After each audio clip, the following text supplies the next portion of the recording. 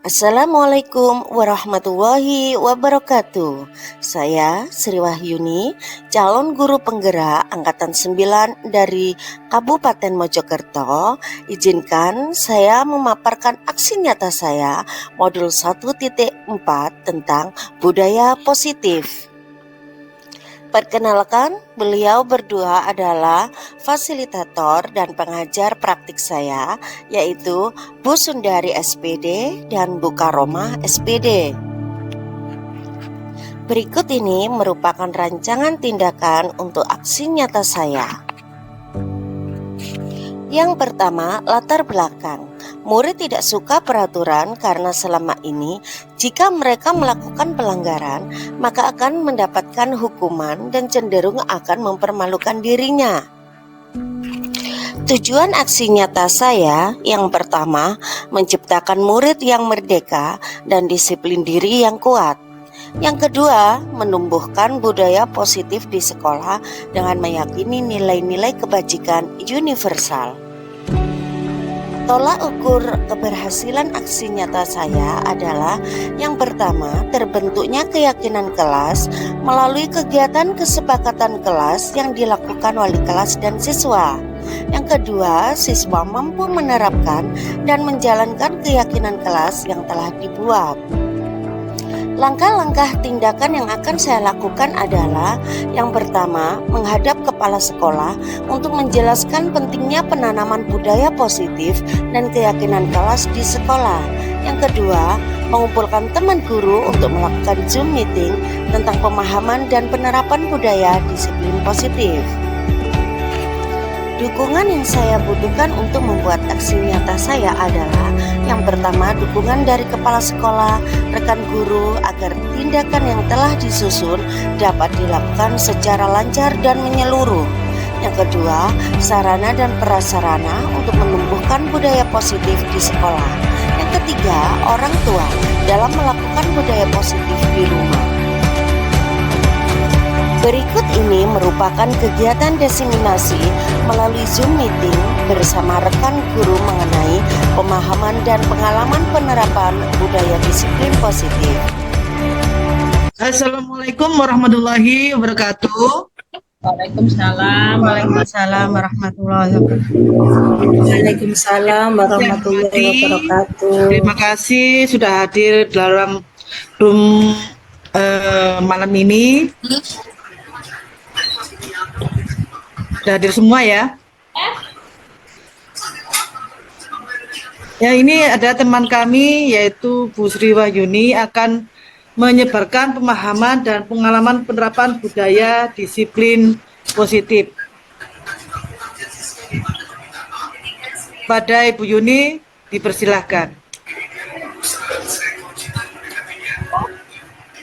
Terima kasih. Untuk PPT-nya apa sudah kelihatan di situ, Bapak Ibu? Ya, sudah.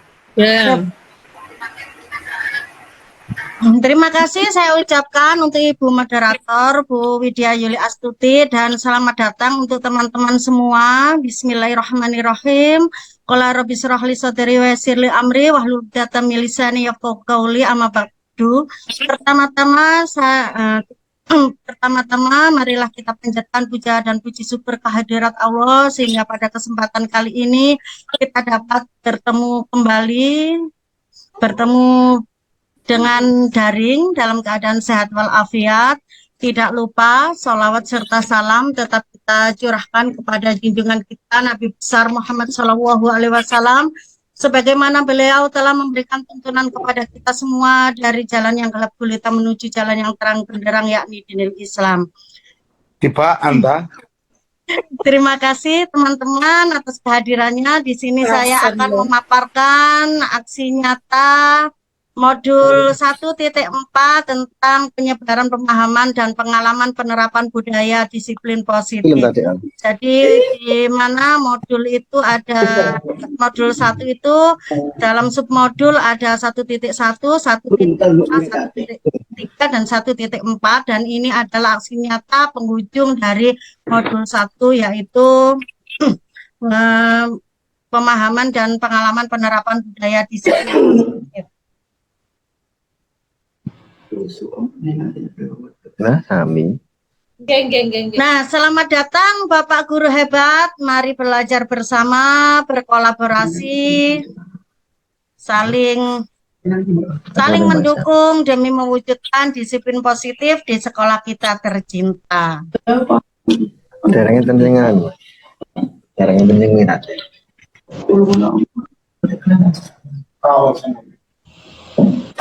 Ya. Konsep utama budaya positif, yaitu adalah yang pertama ada perubahan paradigma belajar, yang kedua disiplin positif, yang ketiga adalah kebutuhan dasar manusia, keempat motivasi perilaku manusia, kelima posisi kontrol restitusi, kemudian ada keyakinan kelas, dan ada juga segitiga restitusi. Oke. Tenang sebentar, Mbak. Oke. Nah, jadi ini adalah beberapa yang akan kita pelajari nantinya. Pada konsep utama budaya positif, modul budaya positif itu ada segitiga restitusi, perubahan paradigma belajar, disiplin positif, kebutuhan dasar manusia, kemudian ada motivasi perilaku manusia, posisi kontrol restitusi, kemudian ada keyakinan kelas, kemudian ada segitiga restitusi. Jadi kita nantinya akan mengulas tentang pembelajaran dengan paradigma baru. Pembelajaran dengan paradigma baru merupakan pembelajaran dengan paradigma baru dirancang berdasarkan prinsip pembelajaran yang terdiferensiasi sehingga setiap siswa belajar sesuai dengan kebutuhan dari tahap perkembangannya untuk mewujudkan profil pelajar Pancasila. Sebelumnya kita sudah mengetahui bahwasanya pembelajaran di kelas itu selalu dilaksanakan secara klasikal. Dalam arti kita jarang melihat perbedaan dari masing-masing siswa. Dan kita sama ratakan. Dan pada pembelajaran paradigma baru ini, di kurikulum Merdeka, pembelajaran itu harus terdiferensiasi. Artinya kita harus melihat perbedaan, keunikan dari masing-masing siswa di kelas tersebut untuk mewujudkan profil pelajar Pancasila. Tentunya profil pelajar Pancasila itu ada 6 dimensi ya Bapak Ibu. Bapak Ibu sudah hafal tentang profil pelajar Pancasila ada apa saja. Yang pertama ada beriman bertakwa kepada Tuhan yang Maha Esa dan berakhlak mulia. Kemudian ada berkebinekaan global, kemudian bergotong royong, kreatif, bernalar kritis, dan juga mandiri. Disiplin positif. Bapak Ibu mungkin sudah sering mendengar disiplin itu bagaimana? Ada yang sudah tahu apa yaitu disiplin Bapak Ibu? Nah, jadi disiplin itu datang dari dalam diri kita, kemudian dalam melakukannya sesuatu atau disiplin kita sebagai manusia, nah kita mempunyai beberapa kebutuhan dasar, nanti kita bahas tentang kebutuhan dasar, yaitu disiplin positif yang pertama, dalam budaya kita, mana kata disiplin menjadi sesuatu yang dilakukan seseorang pada orang lain untuk mendapatkan kepatuhan. Kita cenderung menghubungkan kata disiplin dengan keterikatan. Itu yang pertama. Yang kedua, sebagai pendidik, tujuan kita adalah menciptakan anak-anak yang memiliki disiplin diri, sehingga mereka bisa berperilaku dengan mengacu pada nilai-nilai kebajikan universal dan memiliki motivasi intrinsik. Kemudian yang ketiga, disiplin positif merupakan salah satu cara penerapan disiplin yang bertujuan untuk menumbuhkan kesadaran serta memberdayakan anak untuk melakukan sesuatu tanpa adanya ancaman maupun hukuman. Jadi yang sering kita laksanakan kemarin-kemarin adalah terhadap anak untuk menertibkan anak-anak agar tertib, agar disiplin, kita memberikan berbagai peraturan ataupun hukuman. Ya. Kemudian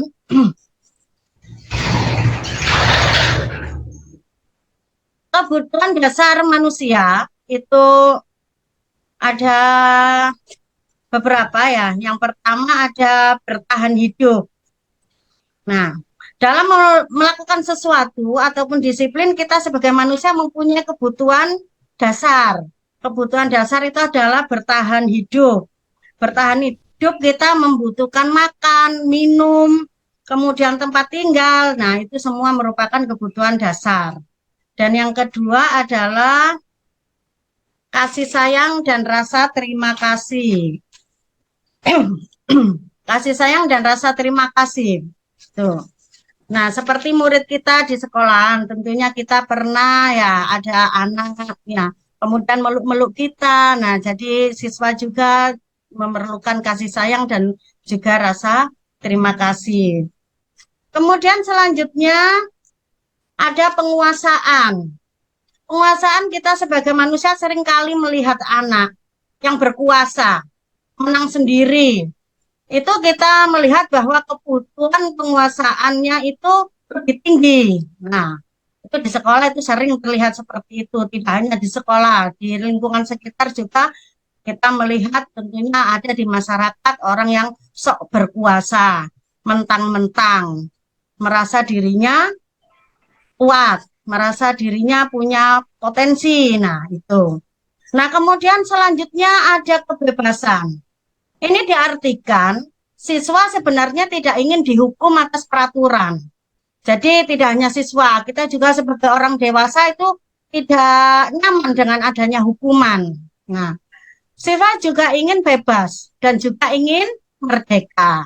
Jadi, nah, bagaimana seharusnya ada siswa yang kurang disiplin, kita memberikan sebuah motivasi saja, bukan dengan cara menghukum.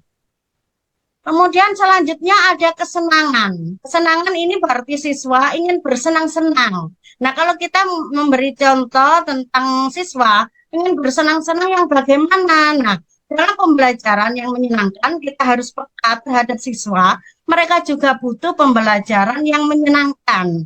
Jadi tidak hanya pembelajaran itu, nah, kita marah-marah atau bagaimana. Nah, jadi siswa membutuhkan pembelajaran di kelas itu yang menyenangkan. Dengan bagaimana caranya? Dengan berbagai metode, dengan model pembelajaran yang lebih menyenangkan atau dengan menggunakan berbagai alat peraga. Nah, selanjutnya motivasi perilaku manusia.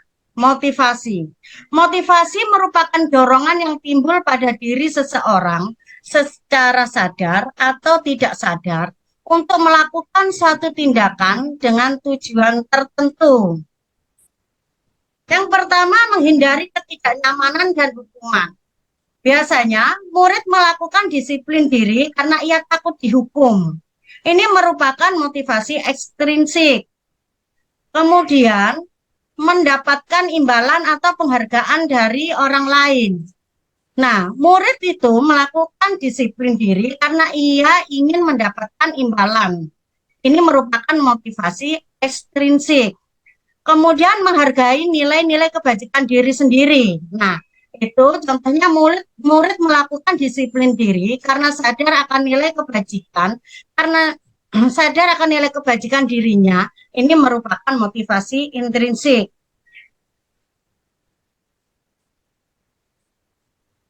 Kemudian dengan identitas gagal ini ya, kalau dengan hukuman itu akan sangat menyakitkan. Apabila kita memberikan hukuman kepada anak didik kita itu sangat menyakitkan. Biasanya itu bisa terjadi dendam kepada gurunya. Kemudian perasaan yang tidak nyaman. Kemudian murid takut. Setelah itu terjadinya pemaksaan atau memaksa. Kemudian murid menyembunyikan kesalahan. Kemudian selanjutnya murid menjadi rendah diri.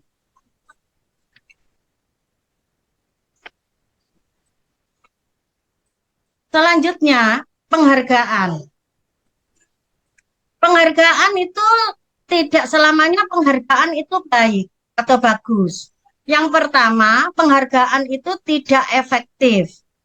Tidak efektifnya bagaimana? Nah, kemudian yang kedua, merusak hubungan atau sifat diri. Kemudian bisa penghargaan itu adalah mematikan kreativitas. Kemudian selanjutnya menghukum dengan sistem ranking, merampas hak menghargai dirinya. Jadi penghargaan tidak selamanya baik. Nah, ini bisa dilihat di gambar, itu ada temannya mendapatkan penghargaan. Salah satu temannya itu menjadi sedih. Aku sedih karena tidak dapat hadiah. Contohnya menghukum dengan sistem ranking.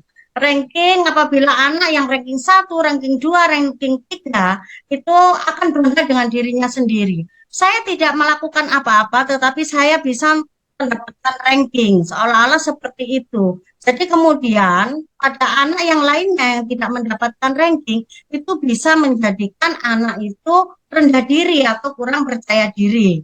Bisa berdampak juga kepada orang tua. Jadi kalau misalkan anak yang mendapatkan ranking itu biasanya dipakai untuk ibu-ibu muda zaman sekarang, dipakai untuk status. Jadi anak saya misalkan juara 1 di sekolahnya, nah dipakai untuk status. Nah kemudian orang tua dari anak tersebut yang tidak mendapatkan ranking bisa jadi juga merasa rendah diri karena merasa sudah gagal dalam mendidik anaknya. Jadi dampaknya sangat berat sekali. Selanjutnya identitas sukses. Nah, ada konsekuensi. Konsekuensi itu adalah penguatan jangka pendek. Kemudian perlu monitoring berkelanjutan. Setelah itu ada stimulus atau respon. Nah, penguatan jangka pendek seperti ini. Misalkan ada anak ya, kita beri nama Reni saja, menumpahkan air di dalam kelas. Ya. Nah, penguatan jangka pendeknya itu, nah, kemudian perlu monitoring berkelanjutan. Jadi perlu monitoring. Ayo Reni dibersihkan. Nah, itu. Kemudian stimulus dan respon. Ayo Reni dibersihkan itu apa? Tumpahan airnya di lantai. Dan responnya Reni menjawab, "Iya, Bu." Nah, itu merupakan respon. Kemudian murid menghormati peraturan. Yang terakhir adalah kehilangan waktu untuk merenungi kesalahan. Itu adalah konsekuensi. Beda sekali dengan restitusi. Kalau restitusi, murid bertanggung jawab untuk perilakunya dengan secara otomatis. Kemudian fokus pada pemecahan masalah jangka panjang. Setelah itu, murid menghormati dirinya dan orang lain. Kemudian ada teori kontrol, dirinya memegang kontrol. Jadi, nah, tidak perlu gurunya memberikan instruksi. Jadi anak tersebut ketika menumpahkan air di lantai itu langsung dibersihkan dengan sendirinya.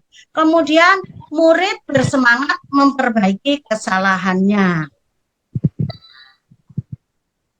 Selanjutnya konsep disiplin, pendekatan restitusi. Pengertian restitusi adalah proses menciptakan kondisi bagi murid untuk memperbaiki kesalahan mereka, sehingga mereka bisa kembali pada kelompok mereka dengan karakter yang lebih kuat. Ciri-ciri dari restitusi adalah yang pertama bukan menebus kesalahan, namun belajar dari kesalahan. Kemudian memperbaiki hubungan. Selanjutnya tawaran bukan paksaan. Kemudian menuntun untuk melihat ke dalam diri. Selanjutnya mencari kebutuhan dasar yang mendasari tindakan. Selanjutnya fokus pada karakter, bukan tindakan. Kemudian menguatkan dan fokus pada solusi. Contoh kasusnya, siswa sering tidak mengerjakan PR. Hukuman, guru menghukum siswa tersebut hormat bendera selama 10 menit. Nah, ini hukuman. Kadang anak tidak mengerjakan PR, Bapak Ibu guru ada yang menyuruh keluar. Ayo kerjakan di luar. Itu merupakan hukuman. Kemudian guru marah dan murid juga menjadi takut. Tuh. Kemudian konsekuensi. Guru memberikan konsekuensi untuk mengerjakan PR-nya saat istirahat. saat istirahat. Kemudian selanjutnya guru tegas dan siswa menghormati peraturan. Selanjutnya restitusi. Guru menanyakan keyakinan kelas atau dirinya dan membantu siswa menyelesaikan masalah. Jadi dengan restitusi, guru bisa memberikan solusi kepada siswa yang tidak mengerjakan PR. Kemudian guru terbuka dan siswa merasa dihargai. Nah, selanjutnya ini Bapak Ibu silahkan. Nah, ini kalian lihat, kalian isi atau catat di cat itu apa hukuman atau konsekuensi. Jadi kalian lihat yang mana yang konsekuensi, pada angka nomor berapa saja yang konsekuensi. Monggo silakan dicatat di kolom chat mana saja yang termasuk konsekuensi.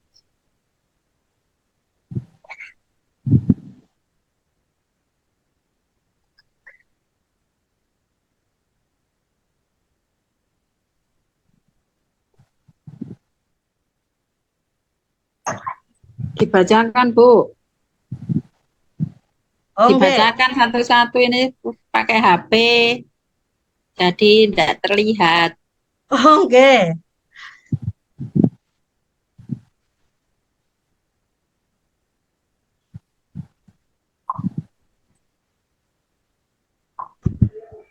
Yang pertama mencatat 100 kali di dalam buku kalimat nomor 1 ya Bu ya. Ini jenengan jawab nomor berapa saja yang konsekuensi, dijawab di chat. Mencatat 100 kali di dalam buku kalimat, saya tidak akan terlambat lagi ke sekolah. Hukuman. Kemudian yang nomor 2, lari mengelilingi lapangan basket 2 kali karena terlambat hadir ke sekolah, merupakan Hukuman. murid diminta untuk push up 15 kali karena tidak menggunakan masker ke sekolah. Hukuman. Yang spontan itu nanti masuk hukuman. Kemudian yang nomor 4, menggantikan kertas tugas teman yang telah dicoret-coret. Konsekuensi. Itu masuk ya kesepakatan kelas juga ya, bisa konsekuensi. Yang kelima, membersihkan tumpahan air di meja tulis karena tersenggol pada saat belajar. Ini Konsekuensi. hukuman apa? Konsekuensi. Ya. Itu bisa masuk hukuman karena apa? Konsekuensi apa hukuman? Karena sesuai kesalahannya.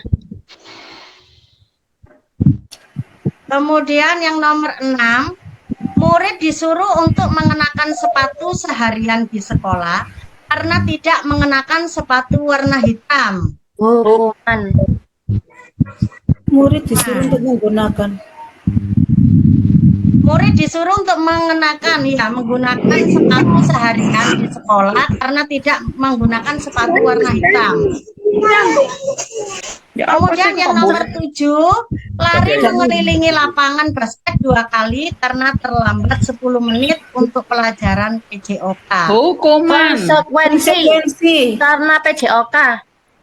Iya. Sudah Bapak Ibu, terima kasih untuk partisipannya. Nah, ini saya lihat di chat. Saya baca di chat untuk Umi Khalifah, nomor 5 konsekuensi.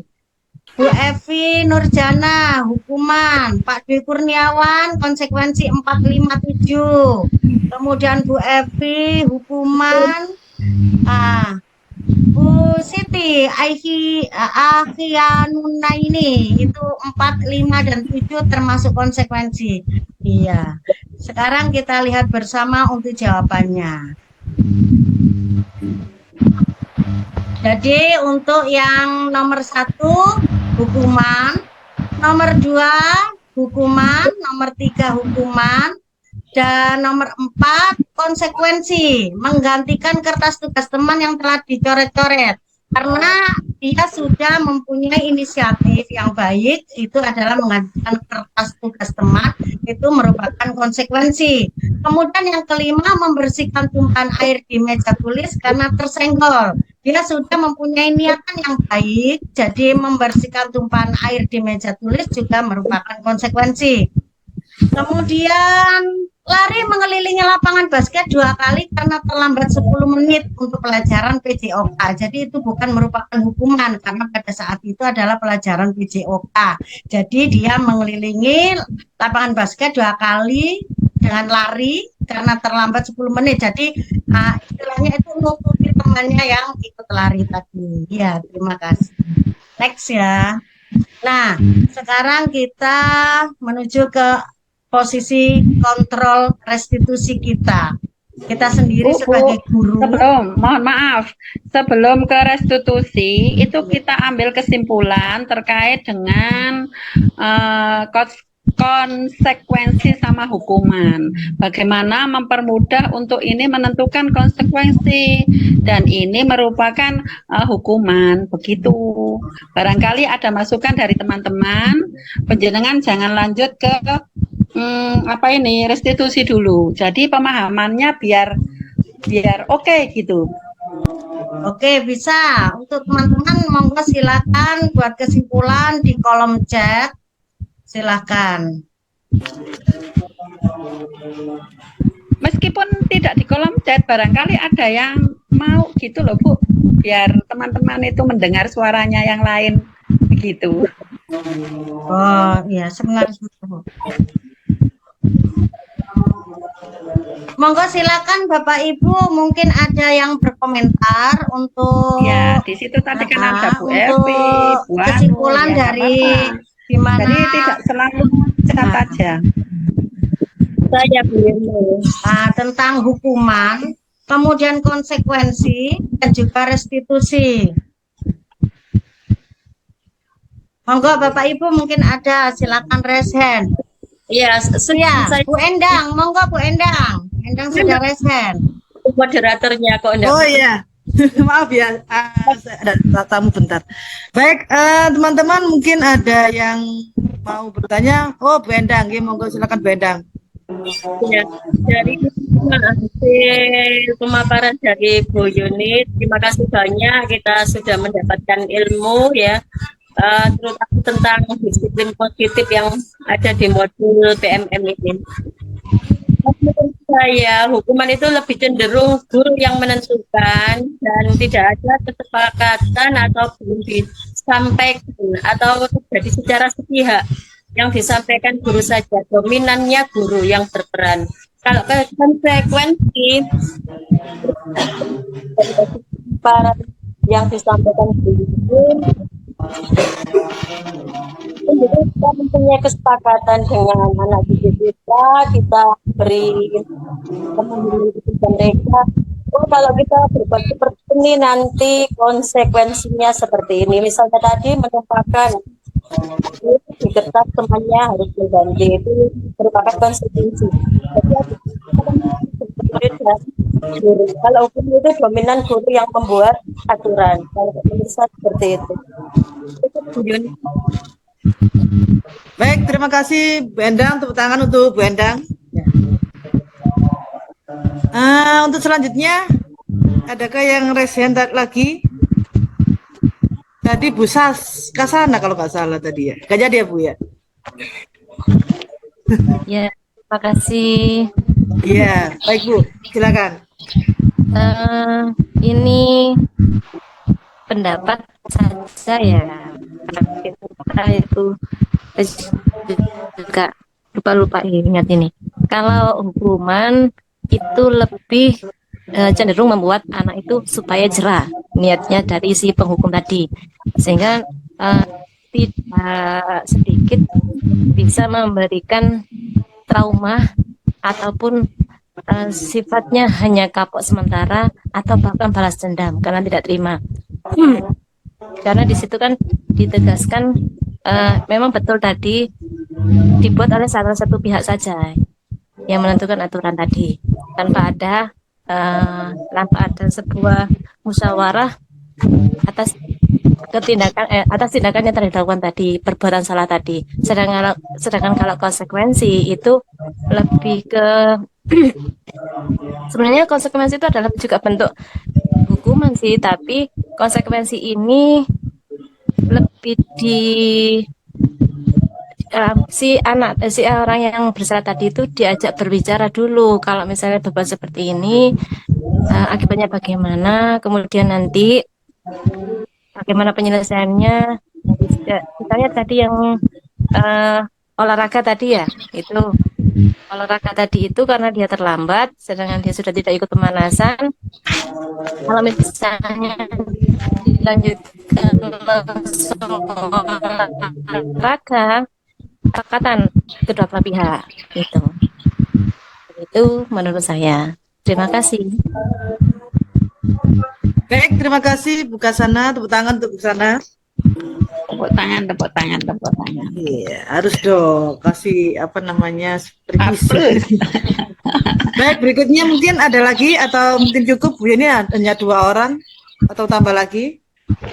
Saya nggak pakai resen ya Bu ya, mohon maaf. Oh iya, ya, nggak apa-apa, langsung, Bu Kurin, monggo silahkan.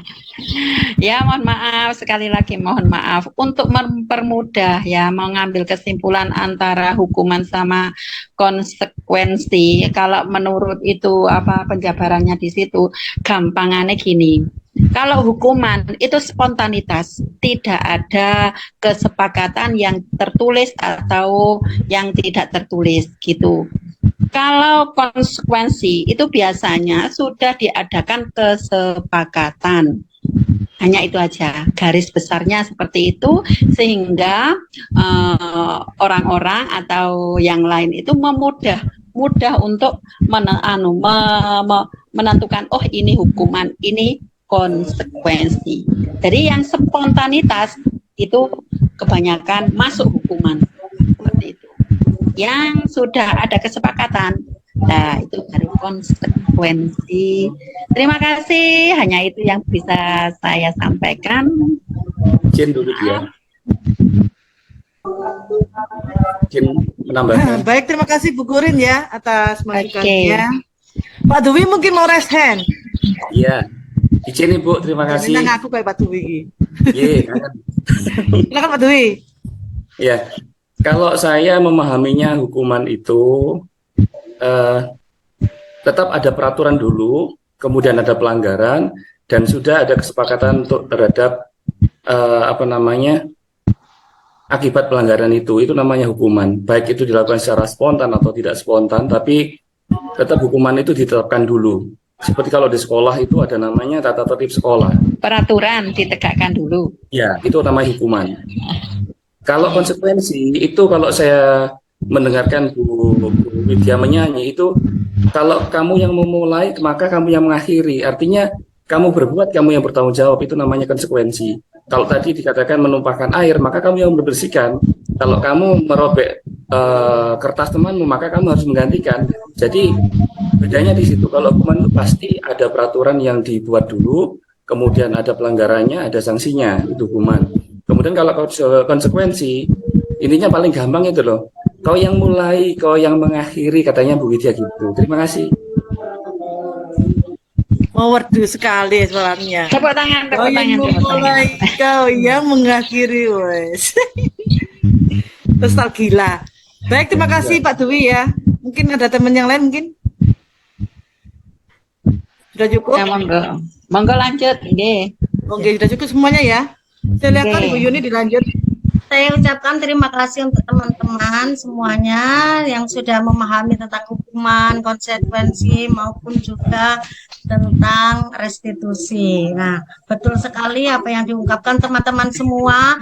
Apabila siswa membuat suatu kesalahan, konsekuensinya dia harus bertanggung jawab memperbaiki kesalahannya itu. Terima kasih. Luar biasa sekali. Tepuk tangan untuk kita semua. Luar biasa. Dari Bu Kurin. Nah, selanjutnya kita menuju ke posisi kontrol restitusi, yaitu ada 5. Yang pertama adalah penghukum. kemudian ada pembuat rasa bersalah, kemudian ada teman, kita sebagai teman, kemudian ada pemantau, kemudian kita sebagai manajer. Nah, selama ini kita sebagai guru itu termasuk itu dari 5 posisi kontrol ini termasuk yang mana? Jadi kita bisa sebagai penghukum, juga pernah. Kemudian pembuat rasa bersalah, kemudian ada teman, kita sebagai teman untuk anak didik kita, kemudian kita sebagai pemantau dan juga kita sebagai manajer. Kemudian posisi guru penghukum, misalkan kita sebagai guru adalah penghukum, itu adalah memarahi, mengkritik, menyakiti, melakukan tindakan kekerasan, itu sebagai penghukum.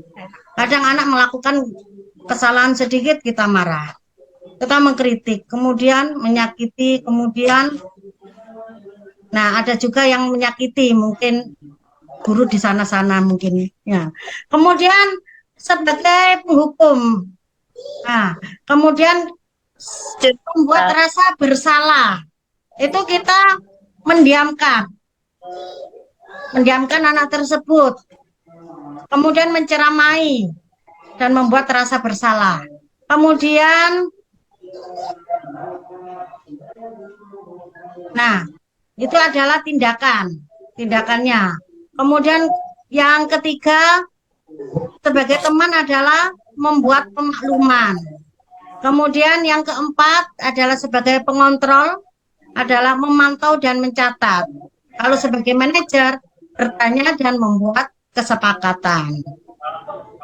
Nah, selanjutnya kalau perkataan menghukum, kita sebagai guru, kalau kamu tidak bisa mengerjakan tugas ini, ibu akan menghukummu lari 10 kali di lapangan, misalkan seperti itu. Itu adalah kita sebagai guru, sebagai penghukum. Kemudian pembuat rasa bersalah, yaitu dengan perkataan seperti ini. Bapak Ibu guru sangat kecewa sama kamu. Kalau orang tuamu tahu, bagaimana? Seharusnya kamu tahu bahwa itu adalah pekerjaan atau yang dilarang. Kemudian kita sebagai teman, lakukan hal tersebut demi Bapak Ibu guru. Kemudian kita sebagai pengontrol, nah dengan perkataan yang bagaimana? Kamu sudah tahu aturannya kan? Nah, untuk sebagai manajer, apa sebenarnya harapanmu? Kemudian akibat, apabila menjadi penghukum, akibatnya terhadap anak didik kita, yaitu murid tidak peduli dengan gurunya atau tugas sekolahnya. Kemudian yang kedua, membuat rasa bersalah, murid merasa murid bodoh atau nakal. Oh, aku memang anak yang bodoh, jadi aku kurang pintar. Nah, jadi seperti itu. Jadi muridnya tidak percaya diri, bisa jadi. Kemudian teman, guru sebagai teman merasa guru adalah teman yang bisa memaklumi kesalahannya. Kemudian sebagai pengontrol adalah murid mempertanyakan konsekuensi perbuatannya. Kemudian kalau sebagai manajer, apa yang bisa saya lakukan untuk memperbaiki? Nah, itu. Anak itu akan seperti itu, apa yang saya lakukan untuk bisa memperbaiki nggak laku saya. Nah, kemudian pola perilaku, kalau penghukum, perilaku melanggar yang berulang sebagai bentuk perlawanan. Kalau membuat rasa bersalah yaitu rasa rendah diri, anak menjadi kurang percaya diri, cemas, dan khawatir salah. Jadi anak-anak bisa menjadi takut. Kemudian sebagai teman menjadi lemah, tergantung, cenderung menunggu. Kemudian guru sebagai pengontrol adalah orientasi pada ganjaran dan hadiah. Kalau sebagai manajer adalah disiplin dari dalam diri. Kemudian motivasi yang berkembang untuk penghukum adalah motivasi ekstrinsik. Pembuat rasa bersalah, motivasi ekstrinsik. Kemudian teman juga motivasi ekstrinsik. Sedangkan pengontrol adalah motivasi ekstrinsik. Kemudian sebagai manajer yaitu motivasi intrinsik. Nah, ini 5 contoh penerapan posisi kontrol. Khususnya, siswa tidak memakai atribut lengkap ketika upacara. Kalau penghukum, patuhi aturan sekolah lalu berdiri di depan barisan. Itu kita sebagai penghukum, misalkan. Kemudian kalau kita sebagai pembuat rasa bersalah, berapa kali Bu Guru harus memberitahu kamu, Bu Guru kecewa sama kamu. Jadi jangan ungkapkan kekecewaan terhadap anak didik kita. Itu membuat anak didik kita membuat rasa bersalah. Kemudian teman kita kepada anak didik kita, ayolah yang tertib, buat Bu Guru bangga. Kali ini tidak apa-apa kamu salah. Kemudian kalau kita sebagai pemantau, kamu sudah melanggar apa peraturan dan konsekuensinya. Kalau kita sebagai manajer, apa kamu tahu kesalahanmu? Kira-kira bagaimana kamu akan memperbaiki kesalahan ini? Tuh. Next, selanjutnya tentang keyakinan kelas. Nah, itu tadi belum ya, tentang Ya, tentang untuk posisi kontrol dulu, Bu Yuni. tentang Apakah penerapan teman-teman posisi kontrol, ya. Ya. Oh, Bapak Ibu, Bagaimana teman-teman? Apakah sudah pas atau lanjut? Mungkin ada yang istilahnya apa ya? Memberikan pengalamannya, mempraktekkan ini. Halo Bu. Ya, silakan. Mohon maaf ya, untuk terkait dengan posisi kontrol ini, kalau kita semua kan diharapkan ke yang manajer, untuk yang lainnya kan tidak. Akan tetapi kalau umpama ini mensosialisasikan ke ke teman kita, lebih jelasnya itu kemarin itu di materi kan ada video Bu ya, ada video tentang permasalahannya satu anak terlambat sekolah, tapi cuma intonasinya diubah, oh ini menjadi teman. Kalau sebagai teman itu intonasinya kayak seperti ini. Kalau sebagai itu seperti ini. Jadi lebih jelasnya itu pakai video yang ada di materi itu boleh, atau buat video sendiri yang seperti itu. Barangkali ada yang sudah download videonya bisa ditampilkan kayak gitu juga lebih bagus, jadi lebih paham kayak gitu. Oke, terima kasih Bu Kurin. Ya, satu permasalahan cuma oh ini sebagai teman, ini sebagai ini yang 5. Jadi yang terakhir itu juga nadanya kenapa sih kamu kok sering terlambat? Bagaimana kan digiring? Bisanya kamu tidak terlambat itu bagaimana? Begitu. Di dalam video itu jelas sekali. Jadi kita untuk memahami, oh saya harus di posisi mana, itu bisa dicontoh gitu. Terima kasih. Iya, baik Bu Kurin. Terima kasih atas masukannya. Mungkin apa namanya? Beluman Bu Yuni ya. Belum sampai situ, belum dibuka materinya. Enggak, udah sampai, cuman videonya mungkin karena semua sudah pengalaman, jadi mungkin istilahnya apa ya Bu ya, videonya itu mungkin videonya pada membuat keyakinan kelas, atau mungkin pada restitusi nanti ada videonya. Oh, Oke, terima kasih. Ya, terima kasih Bu. Baik, kalau misalnya contoh 5 penerapan posisi kontrol sudah paham ya, kata kita. Oh, Bu Evi. Ya, silakan Bu Evi, monggo. Baik, terima kasih Bu Yuni yang sudah memaparkan materi yang sangat bagus sekali.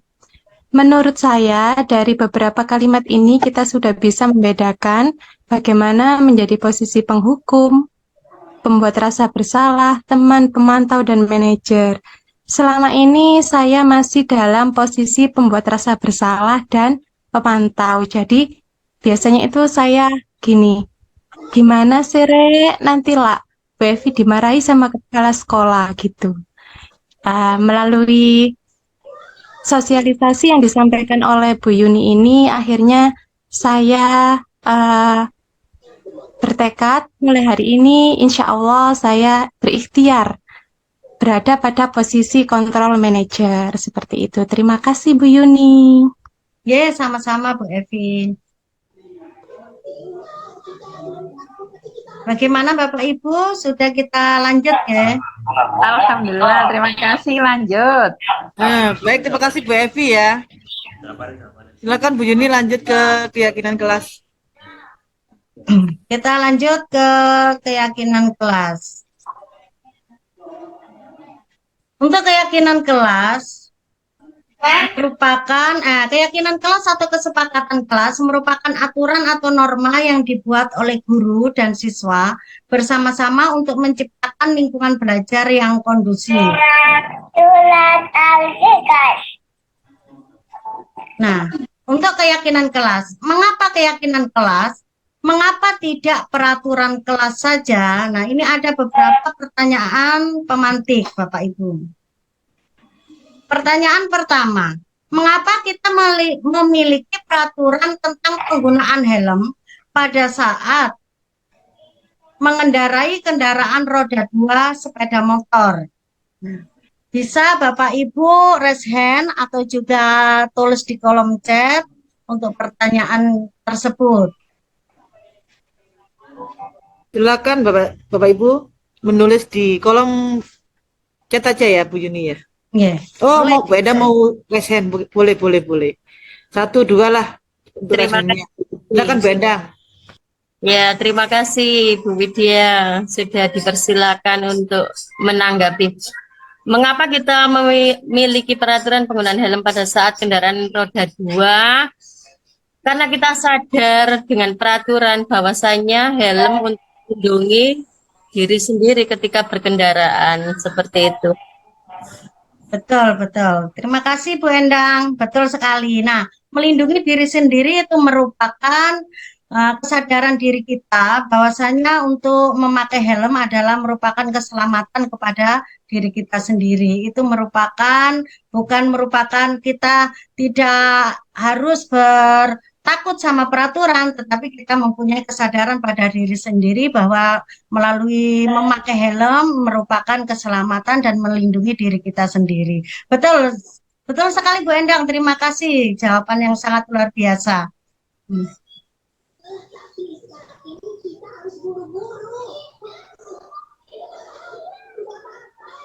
Kemudian sekarang pertanyaan yang kedua. Mengapa kita memiliki peraturan tentang penggunaan masker dan mencuci tangan setiap saat?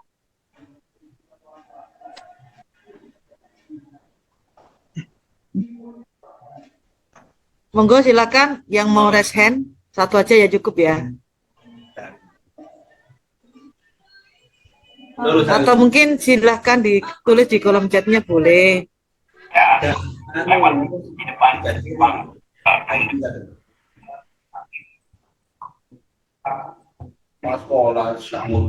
Di chat Bu. Untuk menjaga kesehatan. Oh, di chat. Ya. Evi, wukurin agar terhindar dari penyakit. Ya, betul sekali. Agar terhindar dari penyakit, Pak Randy. Jadi, untuk kesehatan, betul sekali untuk menjaga kesehatan, kita terhindar dari penyakit, betul sekali. Jadi, penggunaan masker, peraturan yang kita ikuti, tapi kita sudah mempunyai kesadaran pada diri sendiri bahwasanya dengan menggunakan masker adalah menjaga kesehatan kita. Jadi itu Bapak Ibu guru sudah melaksanakan, di mana keyakinan itu sudah muncul dengan sendirinya. Jadi bagaimana, apa maksudnya dengan keyakinan kelas? Nah, keyakinan kelas dengan peraturan kelas itu beda sekali. Jadi anak-anak dengan sendirinya mempunyai kesadaran diri, mempunyai keyakinan bahasanya misalkan kalau di kelas kita mematuhi peraturan yang berlaku. Misalkan contohnya banyak sekali peraturan atau keyakinan kelas. Dengan dalam pembuatan keyakinan kelas, nah guru dan juga bersama siswa, itu yang pertama kita berdiskusi tentang peraturan yang ada di sekolah. Yang kedua, merumuskan peraturan sekolah menjadi keyakinan. Yang ketiga, menempelkan keyakinan kelas. Jadi kita harus menempelkan keyakinan kelas itu yang kita sepakati bersama dengan murid-murid kita. Nah, keyakinan kelas itu ada apa saja? Misalkan contohnya ada disiplin waktu, kemudian ada menghargai guru, teman, dan orang lain. Kemudian ada juga saling membantu dan bekerja sama. Selanjutnya belajar dengan semangat dan percaya diri. Itu contoh dari beberapa keyakinan kelas. Kemudian saling menjaga kebersihan dan keindahan. Saling menghormati antar sesama. Selalu menerapkan 5S, senyum, sapa, salam, sopan, dan juga santun. Kemudian selanjutnya gemar membaca dan menulis. Ini hanya sebuah contoh saja Bapak Ibu. Nah, untuk keyakinan kelas Bapak Ibu bisa membuat sendiri dengan peserta didik Bapak Ibu semua. Jadi dengan menggunakan keyakinan kelas ini anak-anak bisa menjaga perilaku mereka, bisa menjaga tingkah laku mereka juga, kemudian kedisiplinannya. Nah, itu Bapak Ibu. Jadi tidak harus kata-katanya seperti ini, bisa Bapak Ibu diskusikan bersama anak didik di sekolah. Nah, kemudian bagaimana menentukan keyakinan kelas? Nah, harus lebih abstrak dari peraturan. Kemudian berupa pernyataan universal, dibuat dalam bentuk positif, yang bagus-bagus saja. Kemudian sedikit saja agar mudah diingat, sesuai dengan kondisi kelas dan sekolah agar mudah diterapkan. Kemudian semua warga kelas atau sekolah dilibatkan saat membuatnya. Warga kelas termasuk peserta didik dan juga gurunya. Selanjutnya itu tadi tentang keyakinan kelas. Mungkin Bapak Ibu ada yang perlu saran ataupun masukan, boleh, monggo silahkan tentang keyakinan kelas.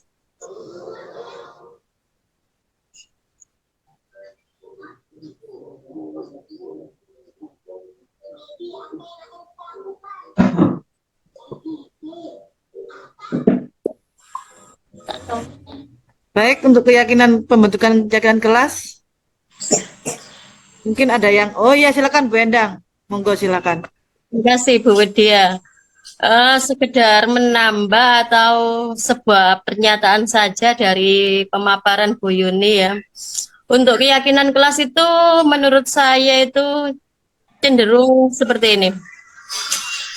Guru itu menyampaikan seperti tadi, konsekuensi, menyampaikan kepada peserta didiknya, membuat istilahnya meyakinkan kepada peserta didik sebagai bentuk akibat dari misalnya pelanggaran hukumnya, atau bisa juga pelanggaran di kelasnya, maaf ya, pelanggaran di kelasnya. Misalnya saja ketika membuat keyakinan kelas, kita kan harus pendapat dari peserta didik kita semua kita dengarkan. Apakah di situ nanti ada pembatasan atau titik beratnya itu pembiasaan yang ada di kelas? Seperti itu. Terima kasih Bu Endang. Baik, terima kasih Bu Endang atas pertanyaannya. Silakan Bu Yuni. Ya. Sudah Bu, tidak ada yang resen lagi. Nanti setelah ini saya lanjutkan ke materi berikutnya. Lanjut.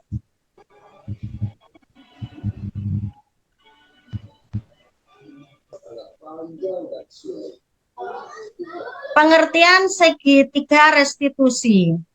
Segitiga restitusi merupakan suatu proses dialog yang dijalankan oleh guru atau orang tua agar dapat menghasilkan murid yang mandiri dan bertanggung jawab. Nah, jadi kita sebagai guru itu misalkan kalau ada anak yang bertengkar atau selisih paham dengan temannya, nah kita bisa menerapkan segitiga restitusi, di mana di sisi-sisinya segitiga ini terdapat yang pertama adalah menstabilkan identitas, yang kedua validasi tindakan yang salah, dan yang ketiga menanyakan keyakinan. Kemudian menstabilkan identitas itu yang bagaimana? Kita semua akan melakukan hal terbaik yang bisa kita lakukan terhadap anak didik kita apabila mereka menemui sebuah permasalahan, berselisih paham dengan temannya, kita semua akan melakukan hal yang terbaik bagaimana sebaiknya anak tersebut. Nah, kita arahkan kemana mereka. Kemudian validasi identitas. Validasi tindakan yang salah, maaf ya. Semua perilaku memiliki alasan. Jadi kenapa kamu melakukan hal tersebut? Ada apa? Nah, itu. Kemudian selanjutnya menanyakan keyakinan. Kita semua memiliki motivasi internal. Nah, itu menanyakan keyakinan. Bagaimana keyakinan kelas yang sudah kita buat, kesepakatan kita yang sudah kita buat, tidak boleh bertengkar dengan teman atau bagaimana. Nah, itu nanti akan saya tampilkan satu video, di mana video tersebut saya buat sendiri dari anak didik saya sendiri, ya, dari SDN Tunggal Pager. Kemudian, bentar.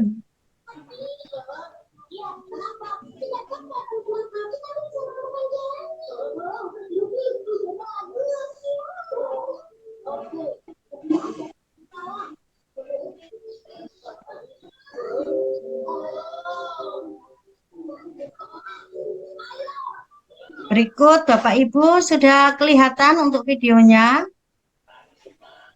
Kelihatan Bapak Ibu? Sudah. Bu Yuni. Sudah Bu. Ya. Ini video saya untuk segitiga restitusi.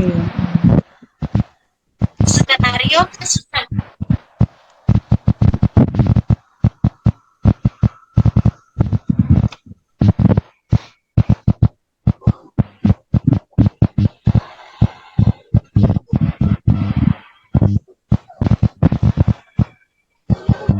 Videonya patah-patah Bu Yuni.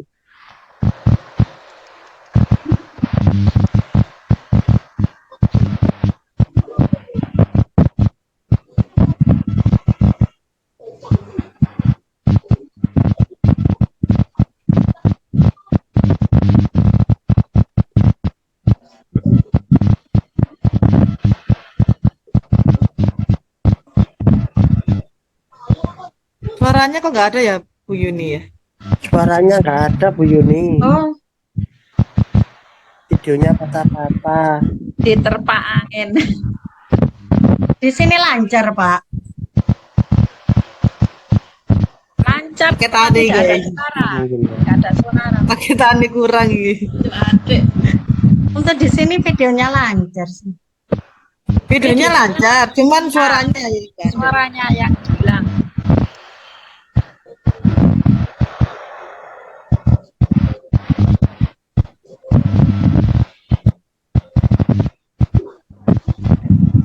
Ya, tak ada angin gebes ini.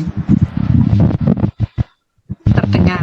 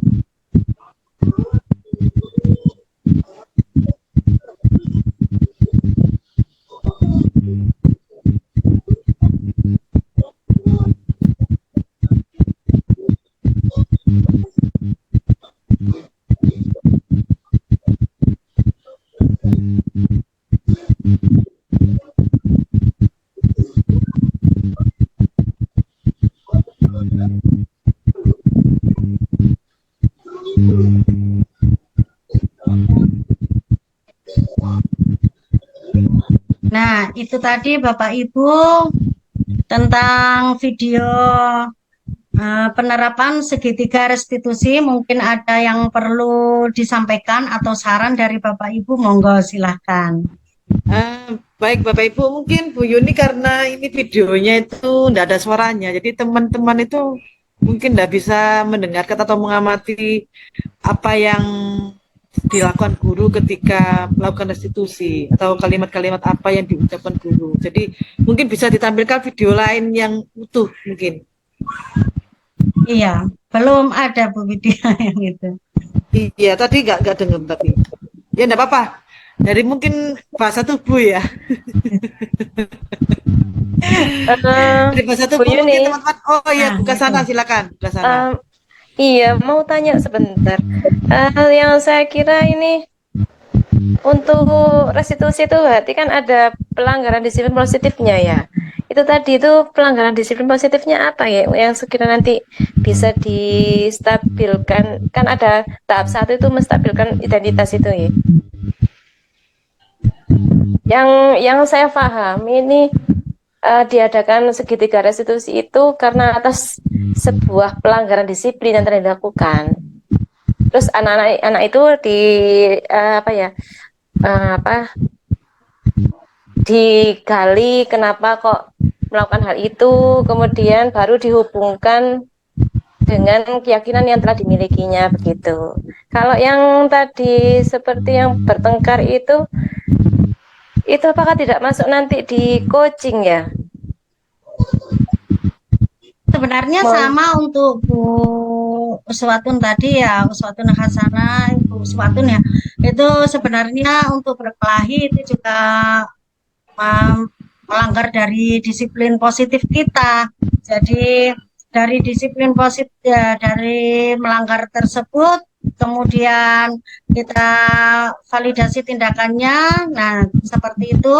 Kemudian setelah itu kita hubungkan, sudah kita hubungkan bagaimana keyakinan kelas kita, kesepakatan kita. Nah, apakah kamu masih ingat tentang keyakinan kelas kita bahwasanya kita harus saling menghargai teman, saling menghormati teman. Itu sudah masuk sebenarnya Bu Uswatun. Oke, terima kasih. Mungkin tadi ini tadi katanya yang bahasa tubuh itu tadi mungkin ya. Jadi enggak. Iya, itu. Ya karena mungkin kendalanya tadi kan suaranya enggak keluar. Jadi kan sinyal. Saya enggak tahu kalimat-kalimat yang menstabilkan. Iya. Meyakinkan kan enggak kelihatan. Ya, terima kasih Bu Yuni. Ya, sama-sama. Terima kasih Bu Kasana juga. Mungkin ada yang lain. Oh, Bu Endang. Monggo Bu Endang. Terima kasih Bu Widya ya. Ini saya antusias sekali dengan pemaparannya sama Bu Yuni ini ya.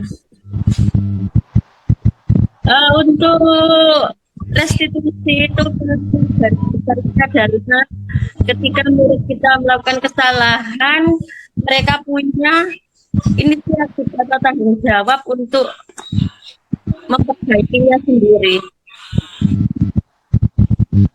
atau mencari solusi, guru dan muridnya mencari solusi bersama untuk mengatasi masalah tersebut.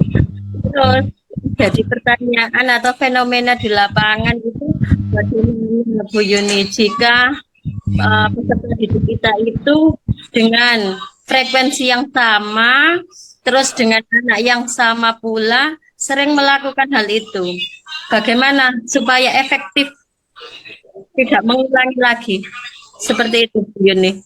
Saya ingin tahu saja, mungkin ada pendapat teman-teman yang lain yang mengalami seperti saya.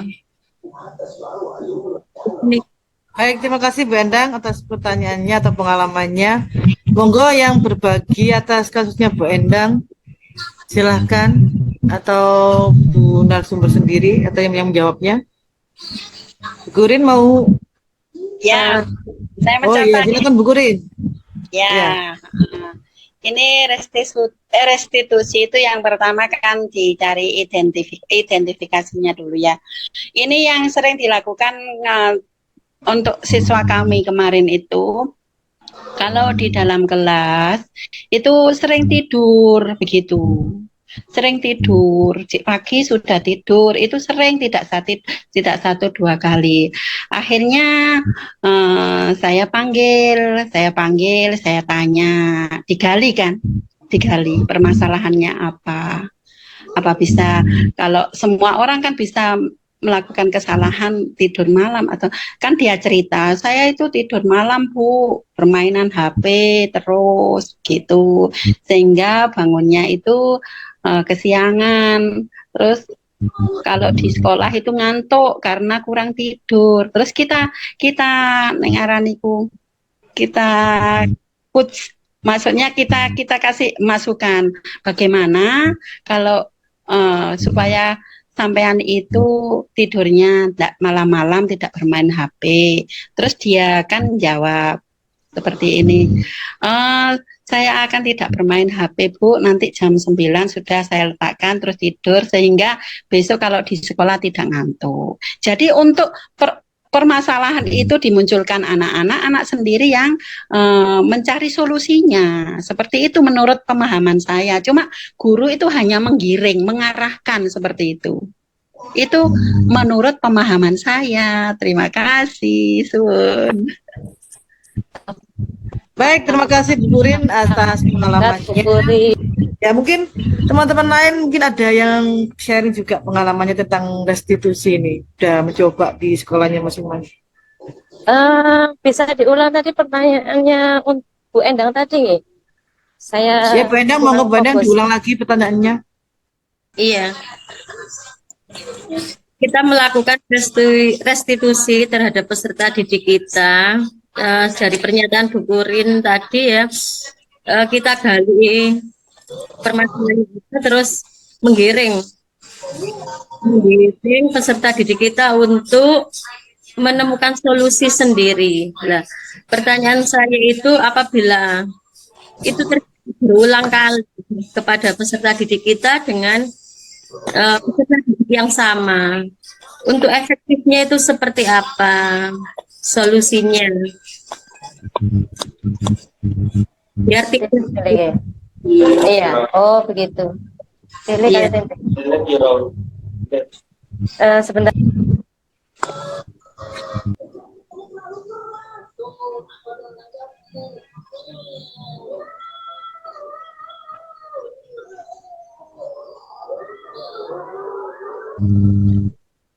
Menurut saya ya, mohon maaf ya, saya tambah lagi. Setelah kan itu kejadian itu kan dilakukan beberapa kali. Setelah kita kiring, dia menemukan suatu jawaban atau suatu solusi.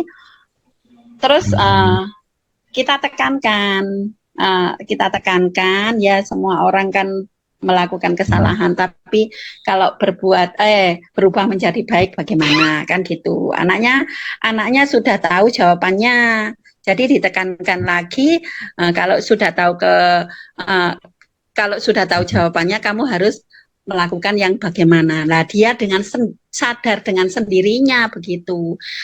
Sebagai seorang guru hanya yaitu tadi menggali jawaban yang ada di mereka sendiri yang melakukan beberapa kesalahan berkali-kali yang sama begitu, agar tidak terulang yang berkali-kali itu kita gali, tapi jawabannya ada di situ sendiri, di pribadinya siswa itu sendiri. Itu menurut pemahaman saya. Oke. Mau nambahkan lagi Bu Yuni nggih? Monggo Bu. Ya, betul tadi yang disampaikan. Saya juga sepakat dengan Bu Purin tadi. Setelah melakukan coaching itu, artinya kan kita coach anaknya, ya, dari mulai latar masalahnya, apa yang menyebabkan, kemudian anak tersebut digiring untuk mencari solusinya sendiri. Kemudian kita juga memberikan wadah, artinya memberikan kesempatan lagi untuk meng-follow up, untuk menindaklanjuti berikutnya. Nanti kalau misalnya ada ini, yang terakhir itu adalah apa itu, seperti apa? Apa yang namanya ya? Lupa saya yang terakhir, yang ketika sudah diputuskan bahwa akan berbuat seperti ini, nanti itu supaya tidak terjadi lagi, kira-kira apa yang kamu lakukan? Gitu. Ada penegasan. Kemudian setelah penegasan itu apa yang namanya bukan Bantuan orang penegasan? lain, Bu. Mohon maaf, bantuan Keyakinan. sebentar atau bagaimana itu? Ya. Yang buat ini loh, buat ke apa? Yang terakhir kayak yang Tirta itu loh, yang melakukan aksinya, kan itu ada kayak meyakinkan bahwa nanti dia itu tidak akan melakukan lagi. Seandainya nanti akan terulang lagi, dianya yang bisa mengambil konsekuensi sendiri, tapi kita sebagai melaksanakan posisi manajernya dan selanjutnya itu membantu anak tersebut supaya tidak sampai melakukan hal itu lagi, mengingatkan terus gitu. Apa namanya, saya lupa yang tahap terakhir di Tirta itu loh, Bu Kurin. Mungkin Bu Kurin masih ingat, tapi selebihnya yang saya maksudkan fokusnya pokoknya setelah melakukan itu, menggali masalahnya, kemudian mencari solusinya, anak tersebut mencari solusinya atas bantuan giringan dari gurunya. Tapi memang gurunya ini harus menjadi pendengar yang setia dan tidak menjudge ataupun tidak memberikan masukan ke anaknya tadi, tapi dianya yang di up terus untuk mencari solusinya tersebut itu. Kemudian baru yang terakhir, supaya dia tidak melakukannya lagi, kira-kira nanti itu apa yang dilakukannya selain pengawasan dari gurunya. Mungkin seperti itu, Bagaimana kalau nanti kamu terulang lagi bermain HP malam, bagaimana? Terus saya akan Bu, itu tidak, intinya tidak lepas, tidak lepas langsung ya. Ya, seperti itu. Jadi tetap orang lingkungan keluarganya juga harus membantu, mengingatkan atau bagaimana begitu, agar maksimal perubahan yang dilakukan oleh anak tersebut berhasil. Pokoknya pakai Tirta itu loh. Ya. Terima kasih Ibu. Baik, terima kasih Bu Kurin sama Bu Kasana atas pengalamannya. Gimana Bu Endang? Ya, terima kasih banyak. Iya, memang kalau kita terapkan, bentar sedikit aja ini. Restitusi ini yang harus kita istilahnya kendalikan adalah kontrol emosional kita, gitu loh. Kadang kan kita nggak sabar, wes kesawen. Seperti itu. Dan tadi itu saya terapkan di SD itu, anak satu itu, 2 anak kan sedang berkelahi gitu loh. Kan kemarin sudah membuat keyakinan kelas kan ya. Kemudian anak satunya bagus sekali. Memang seperti itu, enggak mau kan saya panggil gitu kan keduanya. Terus saya menstabilkan tentang bagaimana cara itunya, terus ada menceritakan kejadiannya gimana, kronologinya gimana. Terus masih kaku yang satunya. Enggak mau ngomong sama sekali. Kemudian yang satu kan cerita gitu kan ya. Terus yang kaku ini saya halus-halus pada dadanya. Kan memang anak ini kaku. Kalau misalnya lagi marah seperti itu. Akhirnya nggak mau cerita, tapi dia hanya ngangguk gitu. Karena mungkin masih belum stabil emosinya, sehingga ketika emosinya sudah stabil, apakah kamu tahu keyakinan yang kamu langgar itu apa? Ya gitu. Apa kira-kira nak? Kan? Baru mau ngomong. Kira-kira kalau solusinya apa ya supaya kamu tidak melakukan itu lagi? Harus saya sama teman ya. Ya gini aja. Jadi kadang memang anak itu tidak harus memang kan karakter anak kan beda-beda ya. Jadi ketika kita menerapkan itu, akhirnya dan kita sendiri pun tidak emosi ya. Kita berusaha sabar dan anak ini juga stabil, akhirnya tidak kaku lagi gitu loh. Kalau misalnya biasanya kan gini ya, wes sing gelut nulis ping 100 piro ratus tidak mulai lagi seperti itu kan ya. Itu kan udah hukuman. Tapi ketika kita menerapkan restitusi ini, anak jadi nyaman dan nanti kalau misalnya tidak mau itu lagi kan ya, janji kan ya. Ya Bu, saya nggak akan melakukan lagi, saya minta maaf. Saya akan minta maaf sama teman saya ini karena saya memang salah. Jadi anak itu merasa plong, tidak kaku lagi, tidak merasa dia dipersalahkan sepenuhnya seperti itu. Jadi enak kok. coba dilaksanakanlah. Terima kasih. Baik, Bu Yuni, ada lagi mungkin yang lain? Oh, Iya, Bu. Berarti kita ingatkan diri kita sendiri harus KSE itu harus menempel pada diri kita sendiri dulu. iya, harus kita sendiri dulu yang kontrol emosional kita. Kadang apa ya, karena kita suntuk pun ya, kadang kita suntuk mungkin karena banyak pekerjaan atau bagaimana, sehingga ada anak yang mungkin istilahnya melakukan kesalahan atau bagaimana, itu langsung nyolot hut gitu. Tapi kalau kita terapkan ini, insya Allah tidak ada, kita juga tenang, jadi sabar, tidak ada apa istilahnya darah tinggi pun ya. Ya, alhamdulillah Terus anak juga merasa dia nyaman sama kita. kita di forum-forum kayak seperti ini kita saling mengingatkan terkait dengan KSE gitu ya. Ya, iya tentang KHD ini mungkin sebelum-sebelumnya kita itu terlalu menuntut, bukan menuntun. Ya pun ya. Pokoknya pokoknya kudu nganut aku, koyo aku carane seperti itu ya. Setelah kita menerima ilmu yang filosofi KHD ini, oh ternyata salah gitu. Banyak cara menuju Roma. Terus itu apa?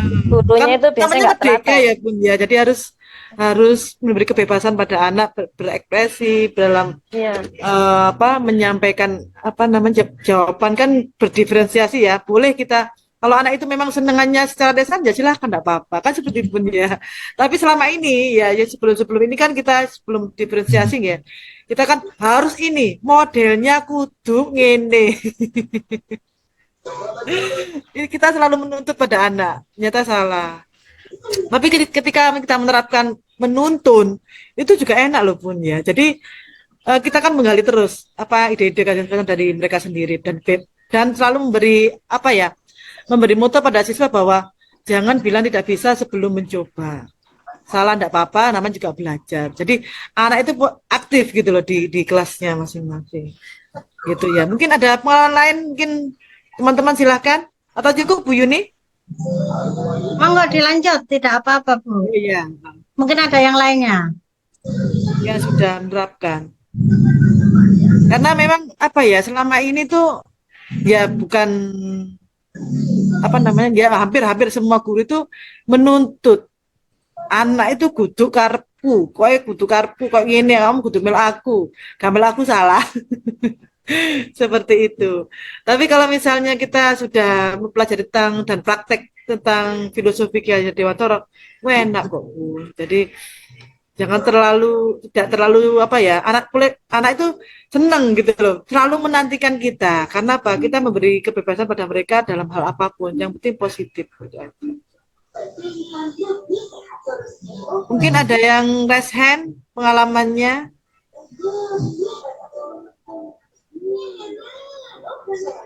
Sudah cukup Bu Yuni? Nggih.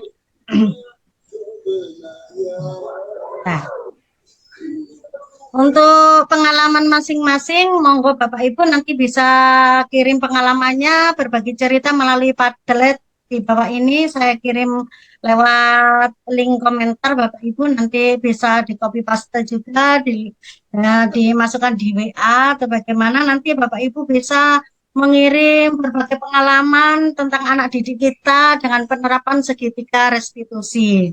Tuh, Bapak Ibu, silakan cek di kolom komentar.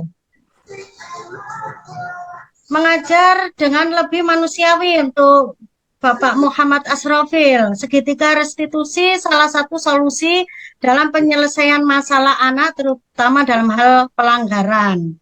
Betul sekali. Kemudian kembali ke motivasi intrinsik dari Bu Endang. Kembali ke motivasi intrinsiknya lagi, nilai-nilai kebajikan dari diri sendiri. Betul, sangat luar biasa sekali. Nah, Bapak Ibu bisa kirim masukan apapun juga tentang pengalaman-pengalaman yang ada di kelas di Padlet sini, silahkan Bapak Ibu ya. Nah, kemudian untuk langkah-langkah dalam melaksanakan segitiga restitusi itu dari Ibu siapa tadi, Uswatun Hasanah, Bu Hurin sangat bagus sekali dan sangat luar biasa sekali. Beliau-beliau ini adalah CKP dari angkatan dahulu kita. Jadi beliau-beliau adalah merupakan senior-senior dari Bapak Ibu guru dari SDN Trawulan dan juga dari SDN Trawas. Nah, memang dari langkah untuk melaksanakan segitiga restitusi itu bisa kita menetapkan itu adalah tanggung jawab meminta pertobatan kepada anak didik kita dan memperbaiki kerusakan atas tingkah laku anak didik kita. Nah, untuk praktek segitiga restitusi memberikan siswa peluang untuk memahami konsekuensi tindakan mereka, belajar dari kesalahan mereka, dan memperbaiki hubungan dengan komunitas sekolah. Terima kasih semuanya Bapak Ibu Guru, sangat luar biasa sekali.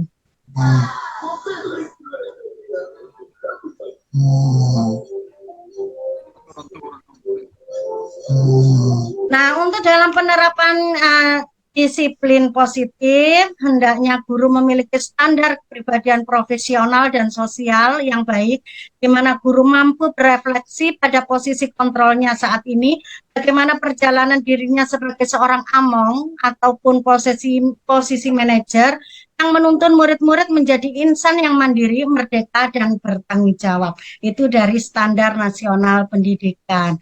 Nah,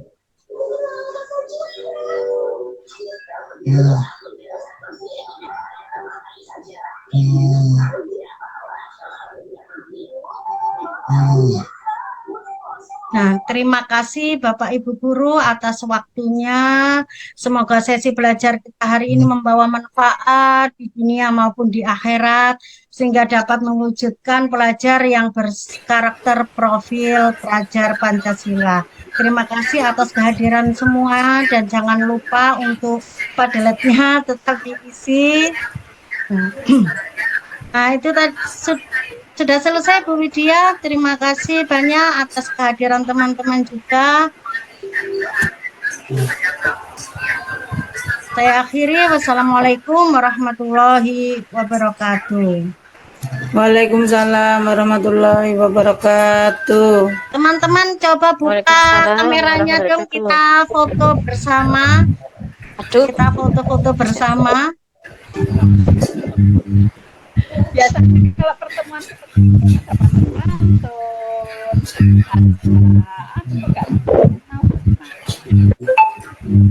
coba buka kameranya teman-teman. Kita foto bersama ya. Oke. Terima kasih.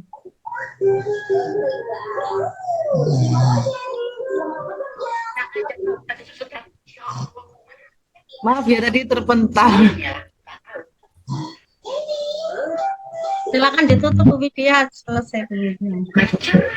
Ya ini apa terpental tadi? Ya.